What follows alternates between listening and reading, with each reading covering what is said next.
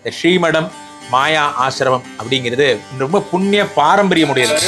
சுவாமினே நமோ நம ஸ்வாஹா. விஷ்ணு மாயா சுவாமினே நமோ நம ஸ்வாஹா. லட்சுமினா என்னங்கிறத நம்ம புரிஞ்சுக்கணும். எல்லாரும் பண்ற தப்பு லட்சுமினா ஒரு கார்டன் நினைச்சுக்கிறோம். இல்ல வேற மகாலட்சுமி தாயாருக்கு கிரக பிரசாத பல சித்திரஸ்தோத்புத்திய ஸ்வாக்னே பிரஜாகிரி ஞானமஷ்டா பூர்த்தி.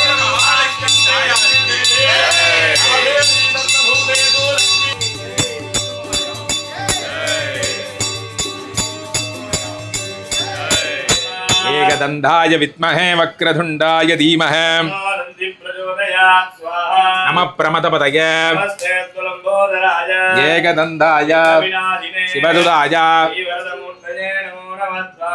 தினசரி இத்தனை பெரிய வேள்விகள் செய்யும் ஒரே ஆட்கள் இந்த ஸ்ரீமடத்தை சேர்ந்தவர்கள் தான். இந்த ஸ்ரீமடம் மாயா ஆசிரமம் அப்படிங்கிறது ஒரு ரொம்ப புண்ணிய பாரம்பரியம் உடையது. காரணம் என்னவென்றால் 6 அடி விஸ்வரூப விஷ்ணுமாயா இங்கே மட்டும்தான் இருக்காங்க. இங்கே இருக்கிற ஆசிரமவாசிகள், இங்கே இருக்கிற சேவார்த்திகள் எல்லாம் உள்ளன்போடு தினமும் இந்த வேள்விகள் செய்ய தங்கள் உடல் பொருள் ஆவியெல்லாம் கொடுக்குறாங்க. இதில் கலந்து கொண்டு பயனடைவது, இதை பார்க்கறதே பெரிய புண்ணியம். அதான் உண்மை. அனைவரும் அதற்காகவே ஸ்ரீமடத்துக்கு வாருங்க. நீங்கள் ஒன்றும் பண்ண வேண்டாம், ஸ்ரீமடத்துக்கு வாங்க போகிறோம். ஓம் ஓம் ஸ்ரீ பரமசிவண்ண மூன்னாந்திருக்கண்ணில் நின்ன மூடலோடே பிரன்ன தேவா மூடல் பொழிச்சு நோக்கும்போல் ஹ்ரீம் நமஹா. ஓம் நமஹா. விஷ்ணு மாயா சுவாமினே நமோ நம ஸ்வாஹா.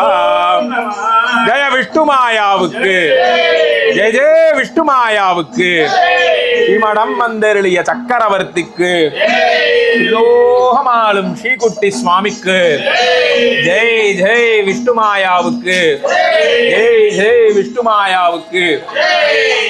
ஓம் நமஹா. கருங்குட்டி சுவாமினே நமோ நம ஸ்வாஹா. ஹ்ரீம் நமஹா.